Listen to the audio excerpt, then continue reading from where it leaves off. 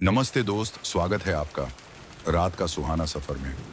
आज की रात हम एक ऐसी कहानी की ओर बढ़ने वाले हैं जो बाहर की ठंड से ज्यादा भीतर की ठिठुरन को छूती है। एक ऐसी कहानी जिसमें डर नहीं है, लेकिन एक गहरी बेचैनी है, सन्नाटा है, यादें हैं और समय की परतों में दबा हुआ एक सच है। इस कहानी का नाम है वो ठंड जो लौट आई।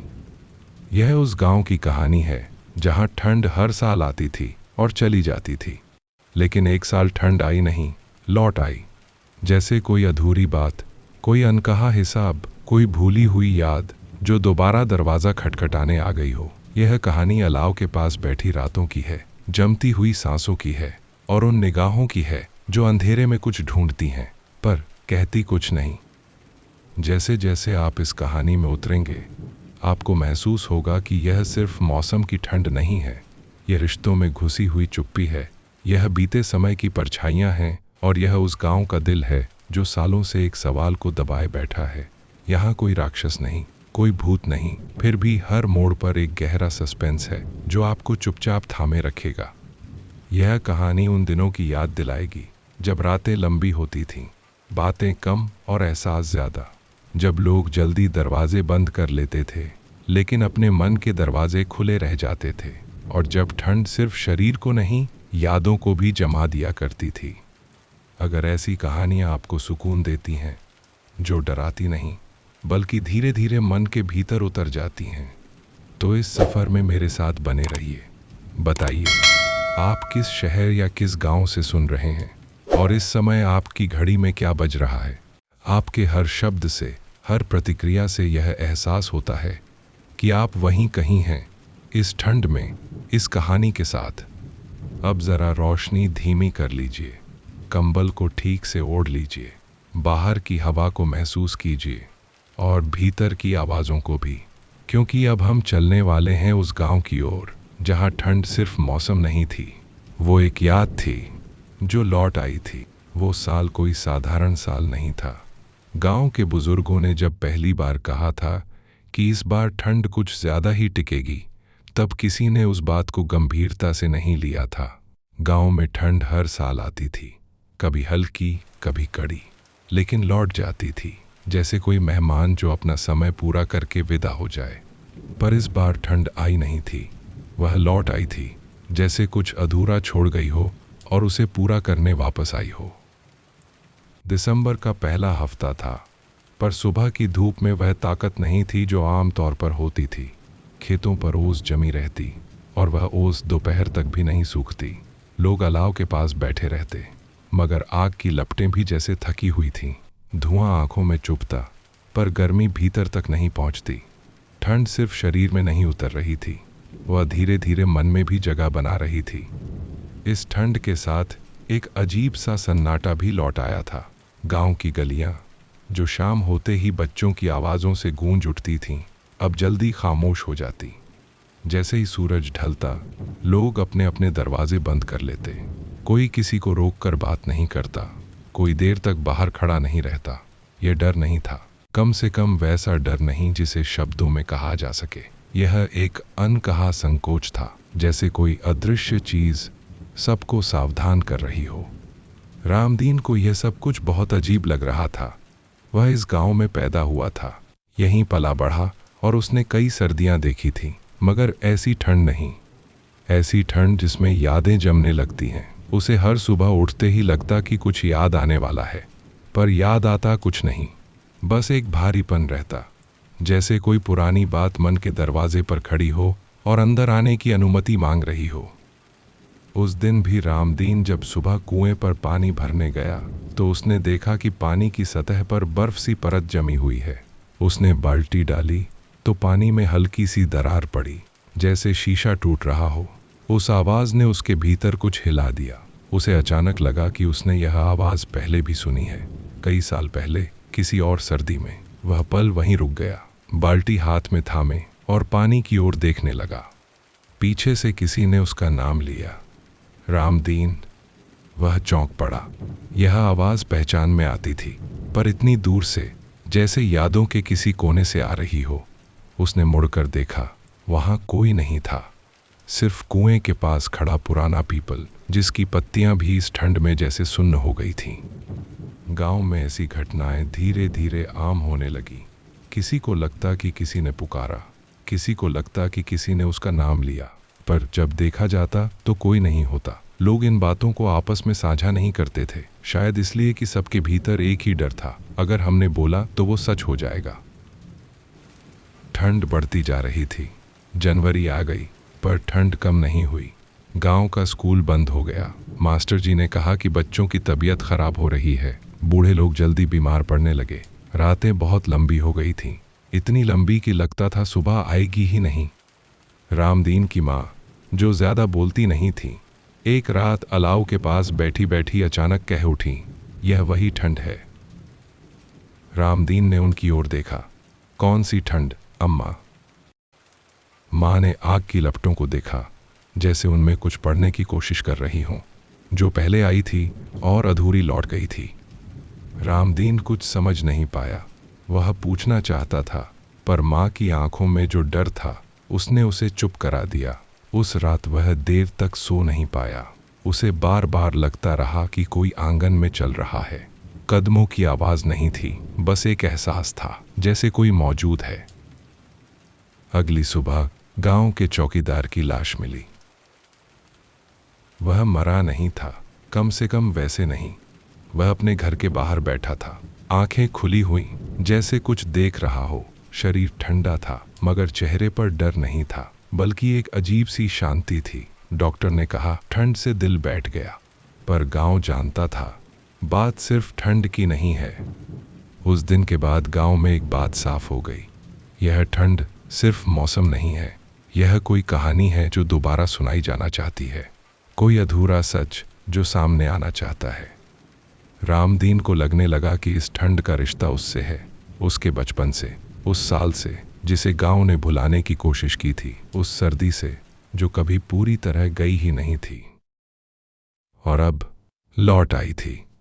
गांव का नाम लोग कम ही लेते थे, जैसे नाम लेने से ही ठंड और गहरी हो जाएगी। यह कोई नक्शे में दर्ज जगह नहीं थी, बस कुछ कच्चे पक्के घर, बीच में पीपल का पेड़, एक सूखा तालाब और चारों तरफ फैले खेत। सुबह यहां देर से आती थी और शाम जल्दी उतर जाती थी। सूरज जैसे इस गांव से थोड़ा कतराने लगा था। उसकी किरणें आती तो थीं, पर ठहरती नहीं थीं, बस छूकर निकल जाती थीं, जैसे किसी पराये आंगन में कदम रखते हुए आदमी झिझक जाए। इस ठंड में गांव की आवाजें बदल गई थीं। बैलों की घंटियां भी मध्यम पड़ गई थीं। बच्चों की हंसी अब सिर्फ दोपहर तक सिमट जाती। औरतें चूल्हे के पास बैठकर बातें तो करती, पर उन बातों में अब पहले जैसी खुली हंसी नहीं होती। हर बातचीत के बीच एक छोटा सा विराम होता, जैसे कोई अनकहा सवाल हवा में तैर जाता हो। रामदीन को अक्सर लगता कि यह गांव अब उसे पहचान नहीं रहा, या शायद वह खुद ही गांव को नए नज़र से देखने लगा था। बचपन में यही गलियां उसे बड़ी लगती थीं, यही घर सुरक्षित महसूस होते थे। अब वही गलियां तंग लगने लगी थीं और घरों की दीवारें जैसे कुछ छिपाए बैठी हों। ठंड ने सिर्फ वातावरण नहीं बदला था, उसने यादों को भी कुरेद दिया था। उस रात जब हवा कुछ ज्यादा ही ठंडी थी, रामदीन देर तक जागता रहा। माँ खांसते खांसते सो गई थीं। पिता की खाट खाली थी। उन्हें गुजरे कई साल हो चुके थे, पर इस ठंड में उनकी कमी कुछ ज्यादा ही महसूस हो रही थी। बाहर कहीं दूर कुत्ते भौंक रहे थे, फिर अचानक सब शांत हो गया। यह अचानक आया सन्नाटा रामदीन को डराता नहीं था, पर बेचैन जरूर करता था। उसे याद आया कि ऐसी ही एक ठंड उसने पहले भी देखी थी। तब वह बहुत छोटा था। गांव में कई दिनों तक धूप नहीं निकली थी। लोग कहते थे, यह ठंड अजीब है। उस साल भी कोई बड़ा हादसा हुआ था, लेकिन क्या हुआ था, यह बात जैसे उसकी स्मृति से किसी ने जानबूझकर हटा दी थी। उसे बस इतना याद था कि उसके पिता उस ठंड के बाद ज्यादा चुप रहने लगे थे। अगली सुबह गांव के चौपाल पर लोग जमा हुए। चौकीदार की मौत ने सबको हिला दिया था। कोई जोर से कुछ नहीं कह रहा था, पर हर कोई भीतर ही भीतर जोड़ घटा रहा था। किसी ने कहा, उम्र भी तो थी उसकी। किसी ने कहा, दिल कमजोर था। लेकिन ये बातें किसी को भी पूरी तरह संतुष्ट नहीं कर पा रही थीं। सब जानते थे कि ठंड तो पहले भी आई थी, पर इस तरह किसी को उठा ले जाए, ऐसा नहीं हुआ था। रामदीन चुपचाप सबको सुन रहा था। तभी उसे लगा कि कोई उसे देख रहा है। उसने नजर उठाई तो देखा बूढ़े हरिहर काका उसे टकटकी लगाए देख रहे थे। उनकी आंखों में कुछ ऐसा था जो सवाल भी था और डर भी। जब रामदीन ने उनकी तरफ कदम बढ़ाया तो वे नजरें फेरकर उठ खड़े हुए, जैसे कुछ कहने वाले थे पर कह न सके। दिन ढलते ही ठंड और गहरी हो जाती। रातें अब सिर्फ लंबी नहीं, भारी लगने लगी थीं। लोग जल्दी सोने की कोशिश करते, लेकिन नींद किसी से आसानी से नहीं आती। सपने भी अजीब हो गए थे। कई लोगों ने बताया कि उन्हें सपने में वही सर्दी दिखाई देती है, वही धुंध, वही सन्नाटा, वही बेचैनी। रामदीन को एक रात सपना आया। उसने देखा कि वह बच्चा है और गांव के बाहर वाले खेत में खड़ा है। चारों तरफ सफेद धुंध है। अचानक उसे अपने पिता की आवाज सुनाई देती है, पीछे मत देखना। वह रुक जाता है, दिल जोर से धड़कने लगता है। वह मुड़ना चाहता है, पर पैर जैसे जमीन में जम गए हों। तभी ठंड की एक तेज लहर उसके शरीर से होकर गुजरती है और उसकी नींद टूट जाती है। सुबह उठकर उसे बुखार था। माँ ने माथा छूकर कहा, यह ठंड किसी की नहीं सुन रही। उनकी आवाज में शिकायत नहीं थी, बस थकान थी। रामदीन ने पहली बार माँ की आंखों में एक पुराना डर देखा, वही डर जो शायद सालों पहले भी वहां रहा होगा। गांव में अब अफवाहें चलने लगी थीं। कोई कहता यह ठंड किसी की बद्दुआ है, कोई कहता यह मौसम का खेल है। लेकिन बूढ़े लोग खामोश थे। वे जानते थे कि कुछ बातें दोहराई जाती हैं तो उनके पीछे वजह होती है। हरिहर काका एक शाम रामदीन के घर आए। बहुत देर तक चुप बैठे रहे, फिर बोले, तू बड़ा हो गया है रामदीन। रामदीन ने उनकी तरफ देखा। हाँ काका, कुछ बातें होती हैं जो बच्चों से छिपाई जाती हैं, उन्होंने धीरे से कहा, पर अब शायद वह बातें फिर से सामने आना चाहती हैं। रामदीन का दिल जोर से धड़कने लगा। कौन सी बातें? हरिहर काका ने गहरी सांस ली। पिछली बार जब ऐसी ठंड आई थी तब गांव ने एक गलती की थी। कौन सी गलती? रामदीन की आवाज कांप गई। काका ने बाहर अंधेरे की तरफ देखा। किसी को अकेला छोड़ दिया गया था। इसके आगे वे कुछ नहीं बोले, उठे और चले गए। उनके जाने के बाद घर और भी ठंडा लगने लगा। रामदीन देर तक उसी जगह बैठा रहा। उसके भीतर कुछ हिल चुका था। उसे समझ आने लगा कि यह ठंड सिर्फ मौसम नहीं, बल्कि किसी अधूरे हिसाब की वापसी है। गांव का नाम लोग कम ही लेते थे, जैसे नाम लेने से ही ठंड और गहरी हो जाएगी। यह कोई नक्शे में दर्ज जगह नहीं थी, बस कुछ कच्चे पक्के घर, बीच में पीपल का पेड़, एक सूखा तालाब और चारों तरफ फैले खेत। यहाँ सुबह देर से आती थी और शाम जल्दी उतर जाती थी। सूरज जैसे इस गांव से थोड़ा कतराने लगा था। किरणें आती तो थीं, पर ठहरती नहीं थीं, बस छू कर निकल जाती थीं। इस ठंड में गांव की आवाजें बदल गई थीं। बैलों की घंटियां मद्धम पड़ गई थीं। बच्चों की हंसी अब सिर्फ दोपहर तक सिमट जाती और औरतें चूल्हे के पास बैठकर बातें तो करती, पर उन बातों में पहले जैसी खुली हंसी नहीं होती।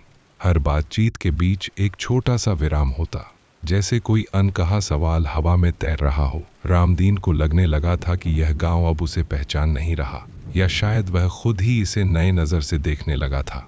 बचपन में सुरक्षित लगने वाली गलियां अब तंग लगने लगी थीं। घरों की दीवारें जैसे कुछ छिपाए बैठी हों। उस रात जब हवा कुछ ज्यादा ही ठंडी थी, वह देर तक जागता रहा। माँ खांसते खांसते सो गई थी। पिता की खाट खाली थी और उनकी कमी इस ठंड में कुछ ज्यादा ही चुभ रही थी।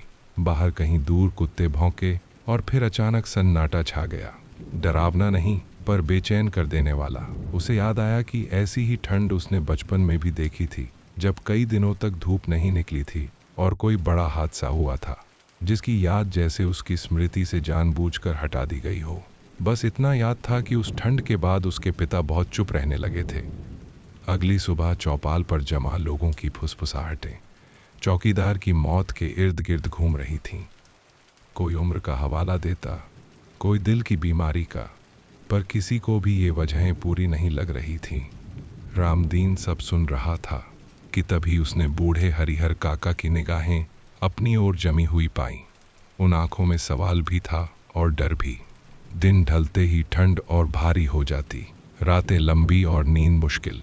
सपनों में वही धुंध, वही सन्नाटा लौट आता। एक रात उसने सपना देखा, वह बच्चा है, खेत में खड़ा है, चारों तरफ सफेद धुंध और पिता की आवाज, पीछे मत देखना। सुबह बुखार के साथ उसकी नींद खुली और माँ की आंखों में उसने एक पुराना डर देखा। गांव में अफवाहें फैलने लगी, पर बूढ़े लोग चुप थे। एक शाम हरिहर काका आए और कह गए कि पिछली बार ऐसी ठंड में गांव ने एक गलती की थी, किसी को अकेला छोड़ दिया गया था। उनके जाने के बाद रामदीन को समझ आने लगा कि यह ठंड मौसम भर नहीं, किसी अधूरे हिसाब की वापसी है।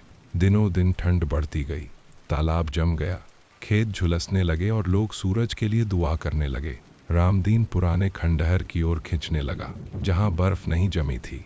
दीवार छूते ही उसे एक औरत की छवि दिखी, डरावनी नहीं, बस इंतजार करती हुई।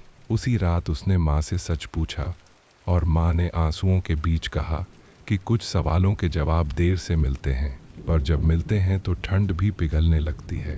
बाहर पीपल की सरसराहट में उसे लगा कि पूरा गांव किसी सच के सामने आने का इंतजार कर रहा है, क्योंकि जो ठंड लौट आई थी वह बिना जवाब लिए जाने वाली नहीं थी। उस सच का वजन अगले ही दिनों में पूरे गांव पर उतरने लगा। जैसे जैसे ठंड बढ़ती गई, वैसे वैसे लोगों की यादें भी पिघलने लगी, पर उस पिघलन में राहत नहीं थी, सिर्फ कसक थी। रामदीन को अब साफ महसूस होने लगा था कि गांव उसे किसी दिशा में धकेल रहा है, जैसे कोई अदृश्य हाथ उसकी पीठ पर रखकर कह रहा हो, चलो अब बहुत छुपा लिया।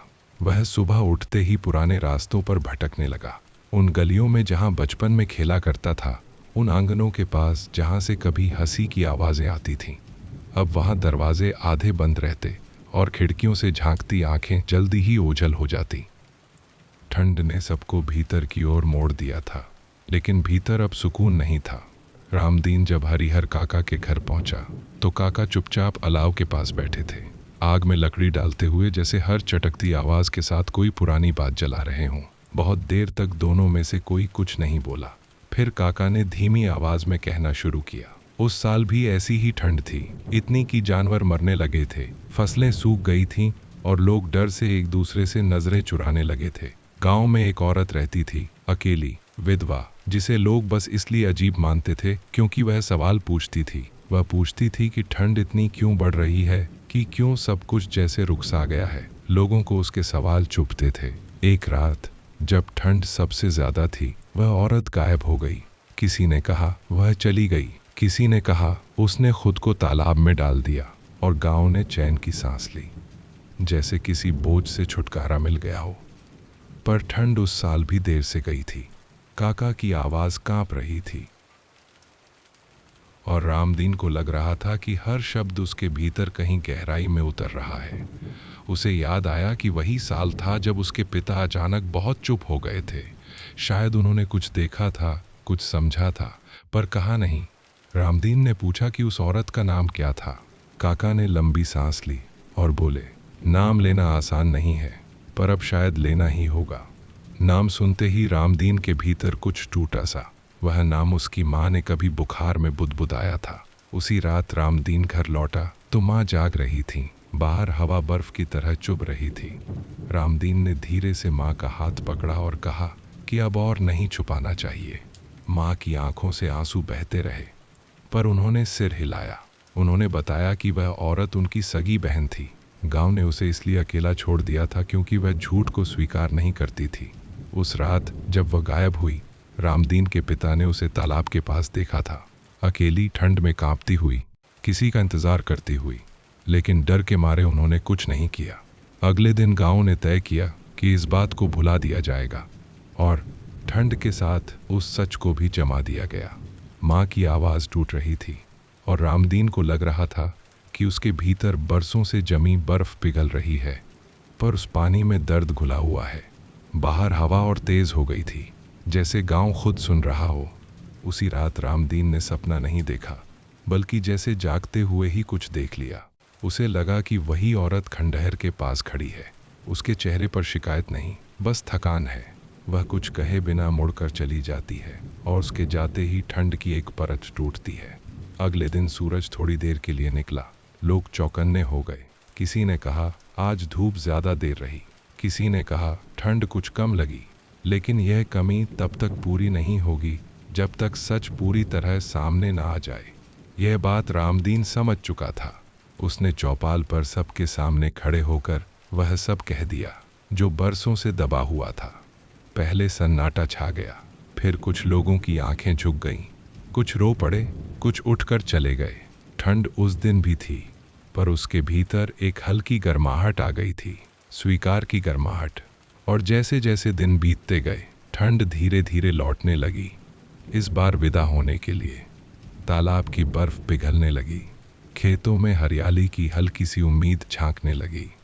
रामदीन जानता था कि यह कहानी खत्म नहीं हुई है, बस एक चक्र पूरा हुआ है।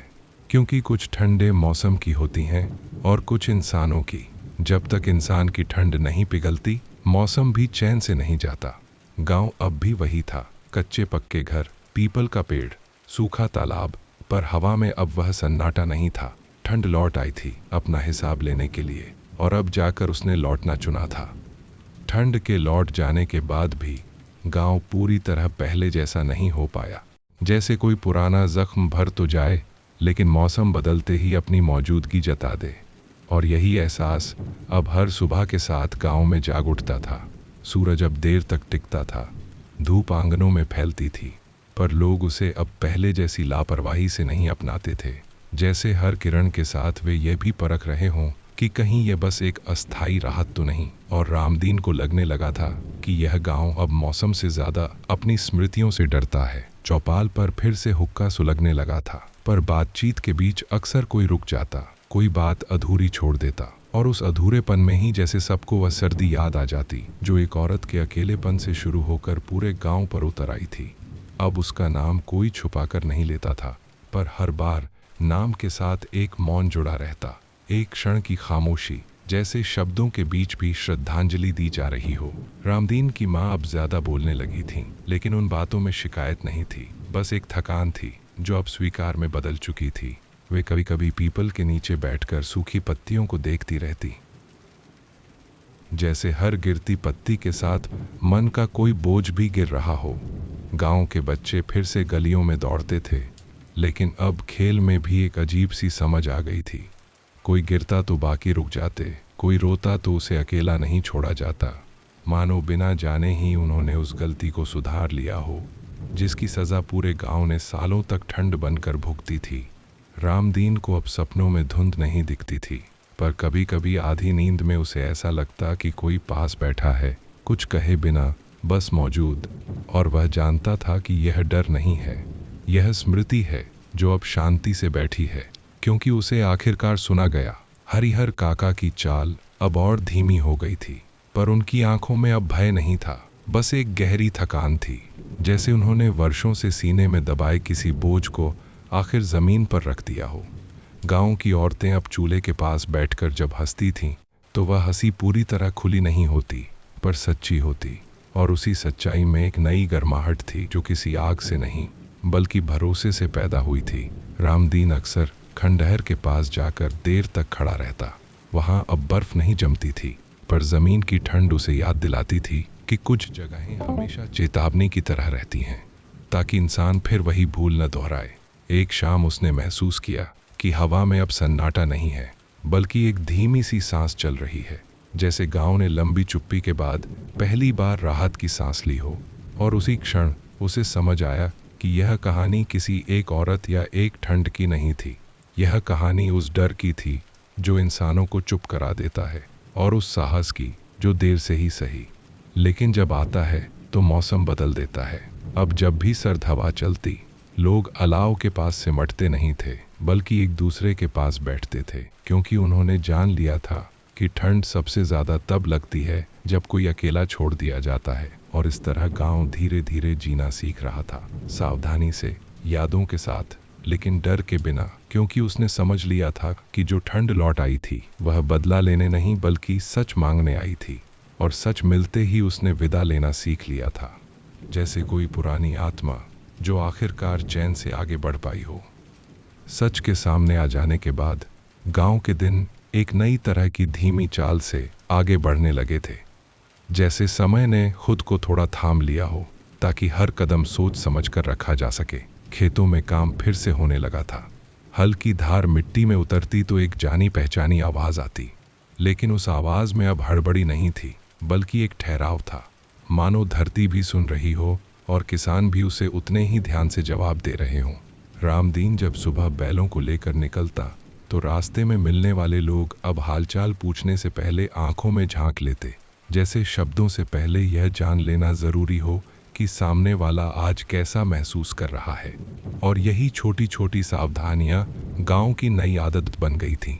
स्कूल की घंटी फिर से नियमित बजने लगी थी, पर मास्टर जी ने पाठ पढ़ाने के बीच कई बार किताब बंद करके बच्चों से ऐसे सवाल पूछे जिनका जवाब किताबों में नहीं था, कि अगर कोई चुप हो जाए तो क्या हमेशा उसे छोड़ देना चाहिए, कि ठंड सिर्फ मौसम की होती है या दिल की भी। और बच्चे उन सवालों पर सोचते हुए चुप हो जाते, एक ऐसी चुप्पी में जो डर की नहीं बल्कि समझ की थी। शाम को मंदिर की आरती पहले जैसी ही होती, लेकिन अब लोग आरती के बाद तुरंत लौटते नहीं थे। कुछ देर वहीं खड़े रहते, जैसे उस जगह को सिर्फ पूजा नहीं बल्कि साझा मौन के लिए भी चुन लिया गया हो। रामदीन की माँ अब कभी कभी उस औरत की बात खुद छेड़ देती थी, बिना किसी डर के, बिना आवाज नीचे किए, और यह कहना उनके लिए सबसे बड़ा बदलाव था, क्योंकि उनके शब्दों में अब पछतावे से ज्यादा सीख होती थी। हरिहर काका ने एक दिन चौपाल पर साफ साफ कहा कि अगर उस वक्त उन्होंने बोल दिया होता तो शायद सर्दियां इतनी लंबी न होती। और यह स्वीकारोक्ति किसी फैसले जैसी नहीं, बल्कि किसी कर्ज के उतर जाने जैसी लगी। उस दिन चौपाल पर किसी ने उन्हें टोका नहीं, किसी ने तर्क नहीं दिया, बस सबने चुपचाप सुना, क्योंकि अब गांव ने सीख लिया था कि कुछ बातों को जवाब की नहीं, सुनने की जरूरत होती है। रामदीन को लगने लगा था कि यह गांव अब टूटकर जुड़ रहा है, और यह जुड़ाव पहले जैसा मजबूत भले न हो, लेकिन ज्यादा सच्चा है। रातें अब भी ठंडी होती थीं, लेकिन वह ठंड हड्डियों तक नहीं उतरती थी। वह बस याद दिलाती थी कि गर्माहट बनाए रखने के लिए आग के साथ साथ इंसानों का पास होना भी जरूरी है। कभी कभी हवा अचानक तेज चलती तो लोग एक दूसरे की तरफ देख लेते, फिर हल्की सी मुस्कान के साथ अपने काम में लग जाते, जैसे सबने बिना कहे तय कर लिया हो कि डर को अब आगे नहीं बढ़ने देना है। और इसी तरह बिना किसी बड़े ऐलान के, बिना किसी जीत के जश्न के, गांव सर्दी के बाद के जीवन में प्रवेश कर गया था, जहां हर दिन एक इम्तिहान भी था और एक मौका भी, इस उम्मीद के साथ कि अगर कभी ठंड फिर लौटे भी तो वह गांव को अकेला नहीं पाएगी, बल्कि ऐसे लोगों के बीच पाएगी जो अब चुप्पी से ज्यादा एक दूसरे को चुनना जानते हैं।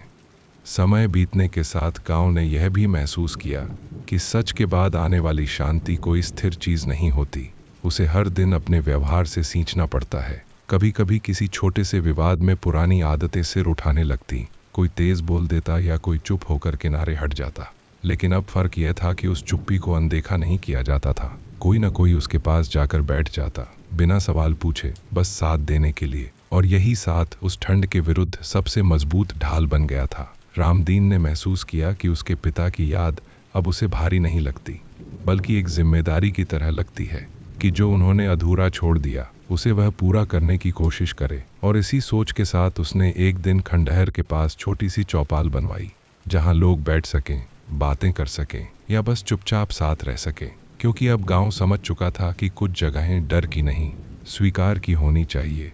मौसम बदलते रहे, गर्मी आई तो लोग छांव में इकट्ठा हुए, बरसात आई तो एक दूसरे के छप्पर ठीक करने में हाथ बटाया, और हर बदलते मौसम के साथ उस लंबी ठंड की स्मृति भी धीरे धीरे एक कहानी में बदलती गई। डरावनी नहीं, बल्कि सीख देने वाली, जिसे बड़े बच्चे को सुनाते और कहते कि याद रखना, सबसे खतरनाक ठंड वह होती है जो दिलों में उतर जाए। रामदीन की माँ अब अक्सर कहती थीं कि भगवान ने सर्दी इसलिए नहीं भेजी थी कि गांव टूट जाए, बल्कि इसलिए कि वह खुद को देख सके। और उनकी यह बात धीरे धीरे कहावत बन गई, जिसे लोग हल्की मुस्कान के साथ दोहराते। कभी कभी रात में जब रामदीन देर तक जागता तो उसे लगता जैसे हवा में अब कोई इंतजार नहीं है, कोई शिकायत नहीं है, बस एक शांत बहाव है, जो यह भरोसा दिलाता है कि कुछ गलतियां अगर स्वीकार ली जाएं तो उनका बोझ उम्र भर नहीं ढोना पड़ता। और इसी भरोसे के साथ गांव आगे बढ़ता रहा, पूरी तरह निडर नहीं, पूरी तरह निर्दोष भी नहीं, लेकिन इतना सजग कि अगर कभी फिर कोई ठंड लौटे तो वह सिर्फ मौसम की होगी, इंसानों की नहीं। गांव की इस नई सजग चाल में सबसे गहरी तब्दीली यह थी कि लोग अब अपने भीतर उठने वाली हल्की सी ठंड को पहचानने लगे थे। पहले जहां किसी के मन में कोई कसक उठती तो वह उसे चुप्पी में ढक देता था। अब वही कसक अगर चेहरे पर उतर आती तो कोई ना कोई उसे पढ़ लेता, जैसे बरसों की सर्दी ने सबको एक नई भाषा सिखा दी हो, आंखों की, सांसों की और उस मौन की जो अब डर का नहीं बल्कि समझ का संकेत था। रामदीन को कई बार लगता कि गांव ने जैसे सामूहिक रूप से बड़ा होना सीख लिया है, बिना किसी उपदेश के, बिना किसी किताब के, बस एक गहरी चोट के बाद मिलने वाली अक्ल से। और यह अक्ल किसी को कठोर नहीं बना रही थी, बल्कि धीरे धीरे नरम कर रही थी। जैसे ठंड में पकी हुई लकड़ी देर से जलती है लेकिन उसकी आंच टिकाऊ होती है। उस छोटी चौपाल के पास अब अक्सर लोग शाम को इकट्ठा होने लगे थे। कोई ताश खेलने नहीं, कोई पंचायत करने नहीं, बस बैठने के लिए। कोई अपने दिन की थकान लेकर आता, कोई अपने भीतर के सवाल, और कोई सिर्फ इसलिए आता कि अकेले बैठने का मन नहीं था। वहां बातें कम होती और मौजूदगी ज़्यादा, और उसी मौजूदगी में गांव को वह गर्माहट मिलने लगी थी जो किसी अलाव से नहीं मिलती। कई बार कोई बच्चा वहां खेलते खेलते गिर पड़ता तो उसकी रोने की आवाज़ से पहले ही 3-4 लोग उसे उठा लेते, जैसे गांव ने तय कर लिया हो कि अब कोई गिरने के बाद देर तक जमीन पर नहीं रहेगा, न बच्चा, न बड़ा, न कोई याद। रामदीन की माँ अब उस औरत की याद में रोती नहीं थी, लेकिन हर अमावस की रात एक दिया जलाकर चौपाल के पास रख देती थी। बिना किसी घोषणा के, बिना किसी रस्म के, धीरे धीरे गांव की औरतें भी उनके साथ जुड़ने लगी। किसी ने दिया रखा, किसी ने फूल, और किसी ने बस 2 पल की खामोशी। यह कोई पूजा नहीं थी, यह एक स्वीकार था, इस बात का कि कभी किसी को अकेला छोड़ दिया गया था, और अब उस गलती को याद रखना जरूरी है ताकि वह दोबारा न हो। इन छोटी छोटी क्रियाओं ने गांव की आत्मा में एक नई लय भर दी थी, जो न दिखाई देती थी, न सुनाई देती थी, बस महसूस होती थी। हरिहर काका अब ज्यादा बोलते नहीं थे, लेकिन जब बोलते तो लोग ध्यान से सुनते। उनकी बातें अब अनुभव की तरह होती, उपदेश की तरह नहीं, और शायद इसलिए असर भी करती। एक दिन उन्होंने बस इतना कहा कि डर हमेशा अकेले में बड़ा होता है और भीड़ में छोटा, पर भीड़ वही होनी चाहिए जो साथ खड़ी हो, न कि पीठ फेर ले। उस दिन किसी ने ताली नहीं बजाई, किसी ने हामी नहीं भरी, लेकिन कई लोगों ने पहली बार महसूस किया कि वे अब भीड़ नहीं, समुदाय का हिस्सा हैं, और यही एहसास उस लंबी ठंड का सबसे बड़ा प्रतिकार था। मौसम ने भी जैसे इस बदलाव को मान लिया था। अगले साल सर्दी आई, पर वैसी नहीं आई। रातें ठंडी थीं लेकिन काटने वाली नहीं, और दिन धूप से भरे रहते। लोग अब मौसम की चर्चा करते हुए भी भीतर झांक लेते, जैसे हर ठंडी हवा उन्हें याद दिला देती हो कि अगर दिलों में गर्माहट बनी रहे तो मौसम अपनी हद से आगे नहीं बढ़ता। बच्चे अब उस लंबी ठंड की कहानी को डर की तरह नहीं, बल्कि चेतावनी की तरह सुनते थे। और उस कहानी में कोई भूत नहीं, कोई अंधेरा नहीं, बस एक सवाल होता था, अगर कोई अकेला हो जाए तो तुम क्या करोगे? रामदीन खुद को अब पहले से ज्यादा हल्का महसूस करता था, लेकिन यह हल्कापन लापरवाही का नहीं था। उसे लगता कि उसके कंधों पर अब एक अदृश्य जिम्मेदारी है, इस कहानी को सही तरह से आगे पहुंचाने की, बिना बढ़ा चढ़ाकर, बिना छुपाकर। कई बार दूर के गांवों से लोग आते और उस लंबी ठंड के बारे में पूछते, और रामदीन उन्हें बस इतना कहता कि यह मौसम की नहीं, इंसानों की कहानी है, और अगर तुम सुन सको तो अपने भीतर भी देख लेना। उसे यह कहते हुए गर्व नहीं होता था, बस एक सादगी होती थी, जैसे वह किसी अपने की बात कर रहा हो। गांव की रातें अब भी लंबी होती थीं, लेकिन उनमें वह सन्नाटा नहीं रहा जो पहले दिल को चीर देता था। अब रातों में दूर कहीं कुत्तों के भौंकने की आवाज़, किसी घर से आती धीमी बातचीत, या किसी बच्चे की हंसी सुनाई दे जाती। और ये आवाज़ें डर नहीं जगाती थीं, बल्कि यह भरोसा देती थीं कि जीवन जाग रहा है। कभी कभी ठंडी हवा अचानक तेज हो जाती, खिड़कियां खड़खड़ाने लगती और लोग एक पल के लिए ठिठक जाते, लेकिन फिर कोई दिया ठीक कर देता, कोई दरवाज़ा थाम लेता और वह पल यूं ही बीत जाता, बिना किसी पुरानी परछाई के। समय के साथ उस औरत का नाम अब किसी राज की तरह नहीं, बल्कि किसी परिचित की तरह लिया जाने लगा। लोग उसके बारे में बताते कि वह कैसी थी, कैसे हंसती थी, कैसे सवाल पूछती थी, और इन बातों में अब आरोप नहीं था, बस अफसोस और सम्मान था। यह बदलाव छोटा नहीं था, क्योंकि जहां पहले नाम लेना भी ठंड बढ़ा देता था, अब वही नाम एक हल्की गर्मी पैदा कर देता था। याद की, स्वीकार की और शायद क्षमा की भी। रामदीन को लगता कि यही वह जगह है जहां ठंड सच में पिघलती है। गांव के त्योहार अब फिर से मनाए जाने लगे थे, लेकिन शोर के साथ नहीं, एक संतुलन के साथ। ढोल बजते, गीत गाए जाते, लेकिन कोई भी इतना नहीं डूबता कि सामने वाले की खामोशी न देख सके। यह संतुलन सीखने में समय लगा था, पर अब यह गांव की फितरत बन चुका था। लोग जानते थे कि खुशी भी अगर बांटी न जाए तो ठंडी पड़ जाती है, और दुख अगर अकेला छोड़ दिया जाए तो बर्फ बन जाता है। और इसी तरह साल दर साल बीतते गए। उस लंबी ठंड की कहानी गांव के साथ चलती रही, कभी धूप में, कभी छांव में, लेकिन अब वह बोझ नहीं थी, वह दिशा थी। गांव जानता था कि वह पूरी तरह निर्दोष नहीं है, न ही कभी होगा, लेकिन अब उसमें इतना साहस जरूर है कि अगर कोई ठंड लौटे तो वह उसे पहचान सके, उसका कारण पूछ सके, और सबसे जरूरी, किसी को अकेला न छोड़े, क्योंकि उसने यह सीख लिया था कि सबसे लंबी सर्दी वही होती है जो इंसान अपने भीतर जमा लेता है, और सबसे सच्ची गर्माहट वही जो इंसान एक दूसरे को देता है। सालों बाद भी जब कोई नया चेहरा गांव में आता तो उसे पहली नज़र में कुछ असामान्य दिखाई नहीं देता। वही मिट्टी की गंध, वही पीपल की छाया, वही खेतों की फैली हुई हरियाली।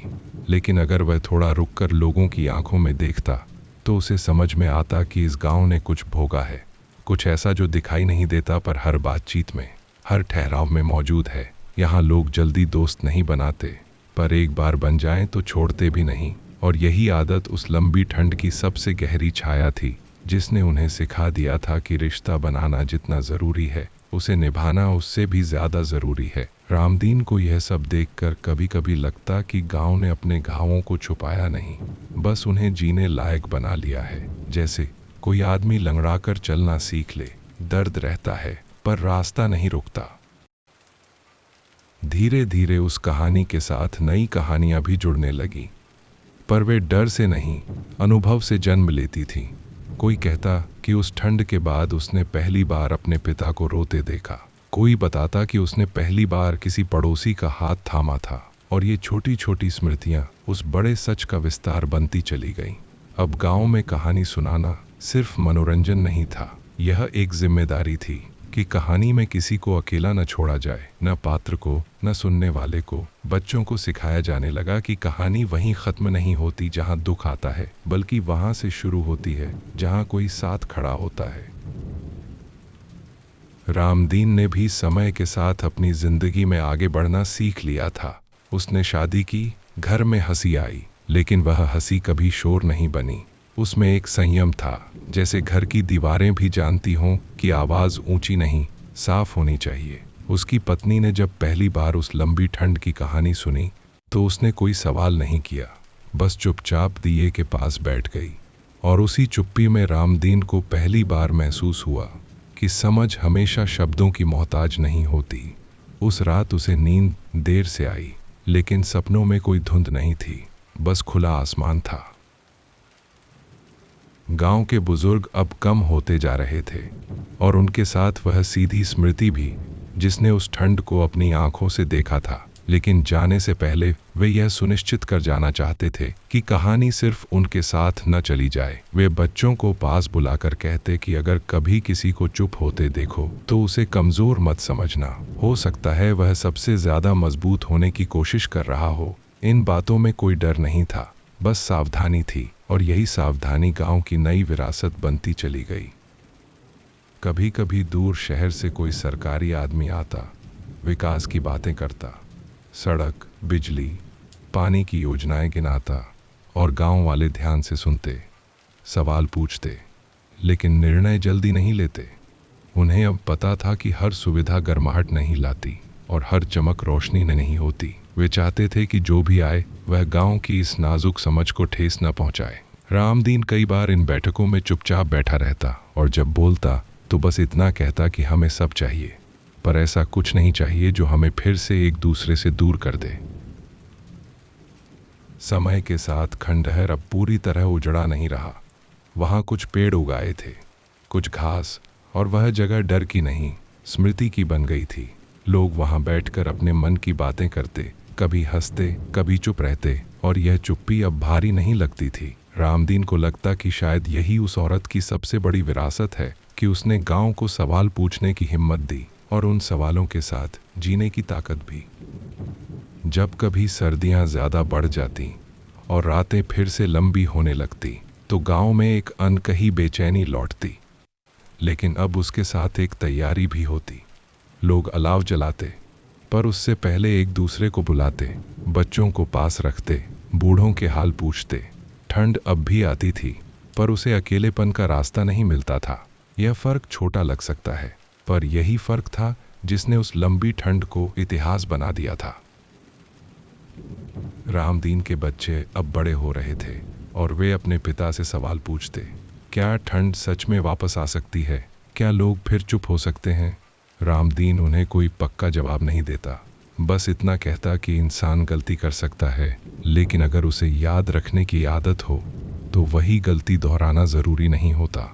बच्चे यह सुनकर संतुष्ट नहीं होते, पर सोच में पड़ जाते, और रामदीन जानता था कि यही सोच उन्हें एक दिन इस गांव की जिम्मेदारी सौंपेगी। गांव अब भी पूरी तरह बदल नहीं पाया था और शायद बदलना चाहता भी नहीं था। वह बस इतना बदल गया था कि अपने भीतर झांक सके। यहाँ लोग अब भी झगड़ते थे, नाराज होते थे, दरवाजे बंद होते थे, लेकिन वे हमेशा के लिए बंद नहीं रहते थे। कोई न कोई दस्तक देता था, और अगर दरवाजा न खुले तो बाहर बैठ जाता था, इसी भरोसे के साथ कि इंतजार भी कभी कभी जवाब बन जाता है।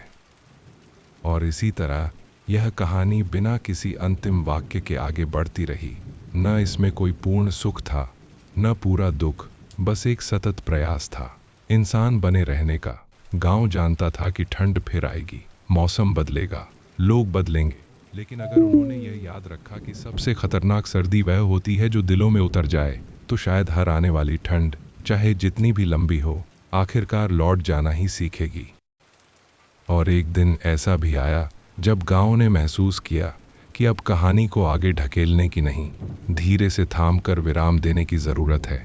वह दिन किसी त्योहार जैसा नहीं था, न उसमें कोई विशेष घटना घटी, बस सुबह बाकी दिनों की तरह ही हुई।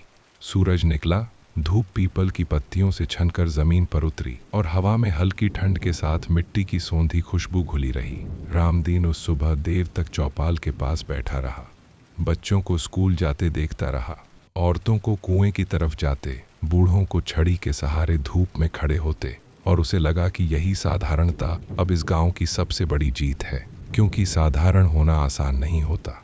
जब इंसान ने असाधारण डर झेले हों, उसे याद आया कि कभी इसी गांव में सुबहें भी भारी लगती थीं, जैसे दिन शुरू होने से पहले ही थक गया हो, और आज वही दिन बिना किसी बोझ के आगे बढ़ रहा था। उस शाम गांव के लोग अपने अपने घरों के बाहर बैठे थे। कोई चूल्हे की आंच संभाल रहा था, कोई बच्चों के बाल सहला रहा था, कोई बस आकाश की तरफ देख रहा था, और इस बिखरे हुए दृश्य में भी एक अनकहा जुड़ाव था, जैसे सब एक ही लय में सांस ले रहे हों। रामदीन ने देखा कि खंडहर के पास उगी घास पर सूरज की आखिरी किरणें ठहर गई थीं, और उसे पहली बार यह एहसास हुआ कि अब वहां कोई इंतजार नहीं है, न शिकायत, न पुकार, बस शांति है, गहरी और स्थिर। उसे लगा जैसे वह औरत जिसकी याद ने गांव को बरसों तक ठंड में बांधे रखा था, अब पूरी तरह उस स्मृति में बदल चुकी है जो डर नहीं जगाती बल्कि रास्ता दिखाती है। रात को जब गांव की बत्तियां एक एक कर बुझने लगी, तो रामदीन अपने आंगन में खड़ा होकर ठंडी हवा को महसूस करता रहा। यह वही हवा थी जो कभी हड्डियों तक उतर जाती थी और आज बस त्वचा को छूकर आगे बढ़ जा रही थी। उसे समझ आया कि ठंड का लौट जाना कोई चमत्कार नहीं था, बल्कि एक प्रक्रिया थी, सच बोलने की, सुनने की और स्वीकार करने की। इंसानों ने जब अपनी चुप्पी तोड़ी, तभी मौसम ने भी अपनी जिद छोड़ी। यह कोई दैवी न्याय नहीं था, बस इंसानी समझ का परिणाम था।